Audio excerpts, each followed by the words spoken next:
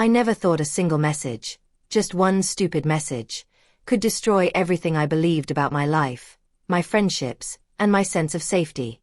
But that was before I learned one truth. People are never who they pretend to be. It started on an ordinary Tuesday when my phone buzzed at 2:47 a.m. I woke up confused, blinking at the bright screen. The notification was simple. She's hiding something from you. Check her drawer. No name. No profile picture. No previous messages. My heart thudded painfully in my chest. For a moment, I thought it must have been a prank. But the message burrowed into my brain like a splinter I couldn't pull out. Who was she? And what was she hiding? At first, I tried to ignore it. I tried to sleep. But my mind wouldn't stop racing. The only she who had access to my apartment was Mara, my best friend, my roommate, my almost sister. And suddenly, for the first time ever, I had a reason to be afraid of her. I waited until morning, pretending nothing was wrong. When I walked into the kitchen, Mara was already there, humming softly while making coffee. Her long dark hair was tied in a messy bun, and she looked exactly like the girl who'd stayed up all night with me when my mom died, the girl who'd held my hand when I got fired, the girl who swore she'd never hurt me. But now I couldn't unsee the message. Couldn't unfeel the fear. She looked up at me and smiled, but I froze. Something about her eyes, too bright, too rehearsed, felt wrong. "Morning," she chirped. "Morning," I forced out. The timer in my head ticked loudly. Every 20 seconds, my brain flashed the message again. Check her drawer. Which drawer? Her bedroom? Her closet? Her nightstand? Why would someone anonymously warn me about her at 2:47 a.m.? And why did the message feel like a threat rather than a warning? That night, I waited until I heard her bedroom door click closed. She usually slept like a rock, especially after her late shifts. I paced my room for a bit, listening, thinking, wondering if I was making a mistake. But something deeper than curiosity pushed me forward, something cold and instinctive. I needed to know. I tiptoed toward her room, every step a thunderclap in my chest. The door wasn't locked. Just that fact alone sent chills through me. Inside, everything looked normal. Too normal. The room was spotless, clothes neatly folded, shelves perfectly aligned. Mara was never this tidy. It felt staged. The moonlight stretched across the floor, illuminating her dresser. The drawer. The message said check her drawer. My hand trembled as I pulled it open. At first, all I saw were neatly arranged clothes. I let out a shaky breath, feeling ridiculous. But then I noticed something off. A tiny tear in the lining at the back of the drawer. I reached inside. My fingers hit something cold. Hard. Metallic. My stomach twisted. I pulled it out slowly. It was a flash drive. Black. Unmarked. Suddenly, it felt like the room got smaller, darker, heavier. My instinct screamed at me to put it back. But something else, curiosity, fear, fate, whispered louder. Plug it in. See what she's hiding. I turned to leave. But the bedroom door slammed shut behind me. I jumped so hard I dropped the flash drive. It clattered onto the wooden floor like a scream. I spun around. Mara stood in the doorway, her face half hidden in shadows, her breath silent. "What are you doing in my room?" she whispered. Not yelled. Not snapped. Not questioned. Whispered. Slow. Controlled. Deadly calm. My throat dried up. I heard something in here. Thought you were home. She tilted her head, eyes narrowing like she could see right through me. The room felt suffocating. "You shouldn't go through my things," she said, her voice low and cold. The hardest part wasn't her tone. It was her expression. There was no shock, no outrage, no confusion. It was as if she already knew. As if she'd been waiting. I bent down quickly, pretending to adjust my socks, and snatched the flash drive at the same time. I shoved it into my hoodie sleeve before she could see. "I'm sorry," I muttered. She didn't blink. Didn't move. "Next time," she said softly. "Knock." Her eyes followed me all the way out of her room. But the moment I stepped into the hall, she gently closed the door and locked it from the inside. The click echoed like a warning gunshot. Back in my room, I locked my own door immediately. My hands shook as I plugged the flash drive into my laptop. The screen flickered for a moment, then opened a single folder. "Do not open." My pulse hammered. I clicked. Inside, there were 3 video files, each labeled with a date. I played the first one. The footage was grainy, taken from a hidden camera. It showed my living room, our living room. But before I could process anything else, someone entered the frame. Me. I froze. The video showed me sitting on the couch, scrolling on my phone. Then someone peered into the shot from behind the hallway wall, holding a camera, filming me, recording me, watching me. The person slowly stepped into view. Mara. She wasn't smiling. She wasn't talking. She wasn't even breathing normally. She just watched me like I was a specimen in a lab. Like she was studying me. My body went cold. The video ended abruptly. I slammed my laptop shut, heart pounding so hard I thought I would pass out. Every hair on my body stood up. Why would my best friend secretly record me? What else was in those files? How long had she been watching me like that? And worst of all, why did she hide the evidence unless someone else wanted me to find it? That night, I barely slept. Every sound felt amplified, the pipes running, the fridge humming, the wind rattling the window. At 3 a.m., I checked my phone again. Another message. From the same unknown number. This time, it said, "Now do you see who she really is?" My blood froze. I had thought the danger was Mara, but now I realized. Someone else was involved. Someone who knew more than I did. Someone watching both of us. And someone who wanted me to uncover the truth. Piece by terrifying piece. I stared at the message on my screen until the letters blurred. Now do you see who she really is? The question hung in the darkness like a whisper I couldn't escape. It wasn't just the words. It was the timing. The precision. Like they were watching me at the exact moment I opened the video. Someone out there knew exactly what I had discovered. Someone who wanted me to keep digging. Someone who wanted me afraid. And they were succeeding. I sat on my bed, hugging my knees, listening for Mara's footsteps. But the apartment was silent. Too silent. She wasn't sleeping. I could feel it. She was awake just like me, waiting for something, watching something, thinking something I didn't want to imagine. Every sound from the hallway made my heart jump. Every second stretched like a wire about to snap. And the worst part? The flash drive had 2 more videos.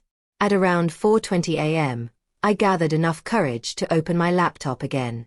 The screen glowed in the darkness, casting a pale light across my shaking hands. 2 files remained. Video_02. Video_03. I clicked on the second video. The footage was taken from a different angle. My bedroom. My bedroom. My breath caught in my throat. I felt sick. Was the camera still there? Had she planted it herself? Or was someone else doing it and framing her? The video started with empty footage of my room. Just silence. Then the door opened, and Mara walked in. At first, I thought maybe she was coming to borrow something, or to check if I was okay. But then she moved with a strange calm, slow, deliberate steps. She walked straight to my closet. Her hands hovered over the door, trembling slightly. Then she opened it. She stared inside for a long moment. Not searching. Not stealing. Just staring. Like she expected something inside to move. Or come out. Or attack. I didn't know which possibility was worse. Then she whispered something. Too quiet to hear. She touched the inside wall of the closet. Slowly, almost lovingly. Then she closed the door, backed away, and left the room. The video ended. I snapped my hand over my mouth, smothering a scream. My skin crawled. I felt like insects were crawling up my spine. Why would she go into my room when I wasn't home? Why would she stare at my closet like that? And what the hell did she whisper? Every instinct told me to run. To leave the apartment forever. To never look back. But something else held me in place. The final video. A part of me didn't want to see it. But a bigger part, the part that had already fallen too deep, needed answers. I clicked video_03. The frame was dark at first. It took a few seconds to adjust. Then I realized the camera was pointed at my bed. My body tightened. The sheets. The pillows. My blanket. Everything looked familiar. Except for one detail. The footage was taken while I was sleeping. My heart slammed against my ribs. My mouth went dry. And then, a figure stepped into the frame. Slowly. Quietly. Like a shadow sliding across the floor. It was Mara. Her hair loose around her face, shadows cutting across her cheekbones. She approached my bed and leaned over me. Close. Too close. Watching me sleep. For almost 2 full minutes. Her expression wasn't soft. It wasn't curious. It wasn't even angry. It was empty. Absolutely empty. Like she wasn't fully human in that moment. Like something inside her had switched off. Then she reached out. Her hand hovering inches above my neck. I froze. Even though it wasn't happening now, my body reacted like she was standing over me again. Her hand trembled. Then clenched into a fist. Then slowly lowered.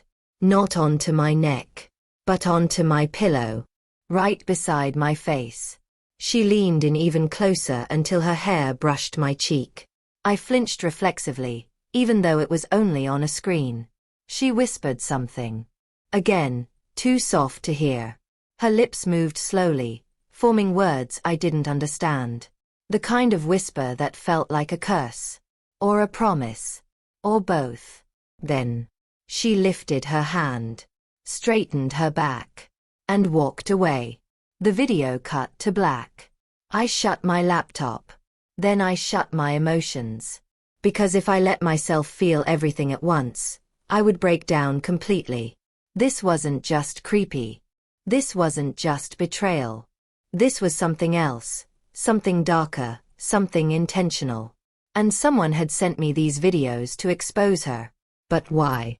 Who wanted me to see this? Who knew about the cameras? Who wanted to make sure I didn't trust Mara anymore? And more importantly, was the enemy her? Or the person texting me? At 6:11 a.m., my phone buzzed. Another message. This time it said, "She's more dangerous than you think. Don't confront her." A second message followed immediately. "If you want to survive, listen to me." My stomach dropped. Survive? What did that mean? Was I in actual danger? Before I could process, another message arrived. "Check your front door. Don't let her see you." A chill flooded my body. Why the front door? What was waiting there? I opened my room door a crack and peeked out. The apartment was silent. No movement. No Mara. I tiptoed to the front door, each step careful, terrified the floor would creak. My hand shook as I slowly reached for the chain lock. Then I saw it. A small white envelope wedged under the door. Plain. Unmarked. I bent down and picked it up, my fingers trembling. Inside was a single object. Thin. Sharp. Cold. A key. A key I'd never seen before. With a tag attached to it. One word written on the tag, in messy handwriting. Run. The key sat in my palm like a living thing.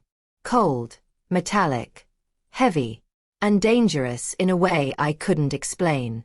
I kept staring at the tag tied to it. Run. One word that changed everything. I didn't know who left it. I didn't know who filmed the videos. I didn't know who was texting me. But I did know one thing.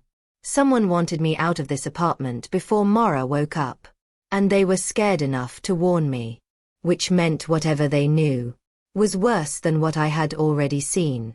I checked the clock. 6:14 a.m. Mara wasn't an early riser. Normally she wouldn't wake before 8. That gave me less than 2 hours. Maybe less, if she sensed I was on to her. My hands shook as I grabbed my backpack, stuffing only essentials. Wallet, phone, laptop, charger, and the flash drive. I hesitated, glancing toward her closed bedroom door. Was she awake already? Listening. Waiting. The weight of silence pressed on my chest. I slipped my shoes on and took one more step toward the door, when a floorboard behind me creaked. I froze. The sound was soft, but in the quiet apartment, it felt deafening. I didn't turn around. I couldn't. For several seconds, the silence stretched thin. Then, from behind the bedroom door, I heard the faintest whisper of movement. Fabric shifting. Footsteps lightly brushing the carpet. She was awake. And she was moving. My phone buzzed. I nearly screamed. It was another message. Don't look back. Just leave. I twisted the lock with trembling fingers, pulled the door open, and stepped into the hallway. As the door clicked shut behind me, I finally exhaled. But relief lasted only a second. Because when I turned to walk toward the stairs, someone stood at the far end of the hallway. A silhouette. Tall. Motionless. Watching me. I couldn't see their face, but I could feel their eyes. My heart stopped. Was it Mara? No. Too tall. Too broad. Wrong posture. Then, who? I gripped the key so tightly that the edges dug into my skin. The figure took one slow step forward. I didn't wait to see the next. I ran. By the time I burst out of the building and onto the street, my lungs were burning, and my pulse was hammering in my ears. Morning sunlight had just begun cutting through the gray sky. But daylight didn't make me feel any safer. I kept looking over my shoulder, convinced someone was following me. Every moving shadow felt alive. Every sound echoed too loud. Finally, I ducked into a cafe 2 blocks away, choosing a corner seat facing the door. I needed answers. Now. I pulled out the key and examined it more closely. It was old. Scratched. Almost antique-looking. The tag looked like part of a grocery receipt, torn unevenly. The word "run" was scrawled in thick black marker. Not neat. Not careful. Hurried. Whoever wrote it didn't have time. Or didn't have the courage to say more. I flipped the tag over. On the back, faintly pressed into the paper, almost invisible unless the light hit just right, was something else. Numbers. B12. An apartment number? A storage unit? A locker? The possibilities spun in my head. I pulled out my phone and typed a message. Who are you? What is this key for? The reply came instantly. Not safe to text answers. She reads your messages. I felt ice drip down my spine. She reads my messages? How? When? My fingers trembled as I typed. Mara. A pause. Then. Yes. My stomach flipped. No. No, no, no. She wasn't that skilled. She couldn't hack my phone. She wasn't tech-savvy at all. Unless she had help. Or unless she wasn't who I thought she was. I swallowed hard. What does she want? Another pause. Longer this time. As if the sender was choosing their words carefully. Finally. She wants what's inside. The thing she thinks you have. The thing she hid. My heart pounded. The videos. The cameras. The strange behavior. The closet. Me sleeping. She hid something. And she thought I had found it. I typed, "What did she hide?" And the reply sent a bolt of fear through me. The evidence. I felt the blood drain from my face. Evidence of what? Before I could ask, another message came. You need to use the key. Today. Before she finds you. I typed quickly. Use it where? What is B12? This time, the reply took almost a full minute. Then. Storage facility. Red Gate Locker Center. Basement level. Locker B12. Go alone. My pulse raced. I had been there once to rent a box for old school stuff. It was a huge building. Cold. Maze-like. Easy to hide in. And easy to lose someone in. I suddenly realized I was holding my breath. I typed. And what will I find there? The answer came. The truth about Mara. My hand tightened around the phone. The truth. The word felt heavy. Dangerous. Final. I didn't want to go. My instincts screamed at me to run far away from all of this. But another part of me. The part that needed closure, that needed answers, that needed to understand why my life had twisted into a nightmare, pulled me forward. I stood, slung my backpack over my shoulder, and walked out of the cafe.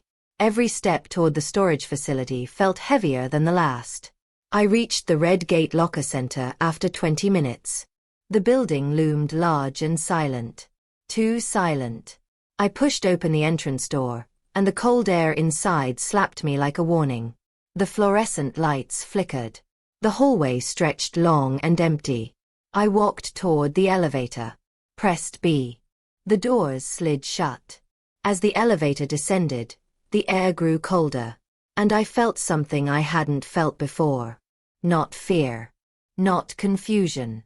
But the sinking realization that once I opened locker B12, there would be no going back. The elevator doors opened to the basement. The corridor was dim, lit by spaced-out bulbs that buzzed like angry insects. I walked slowly. The numbers on the lockers blurred past me. B02, B04, B06, B08. My heart thudded harder with each step. Then I reached it. B12. A small dented metal door. Scratched. Old. Cold. My hand shook as I lifted the key. The metal clicked into the lock. I hesitated. Took one deep breath. And turned it. The lock snapped open. The door creaked. And inside was something I never expected. Something that made my knees weaken. Something that finally explained everything. Inside locker B12 was a single object. A black duffel bag. Nothing else. No boxes.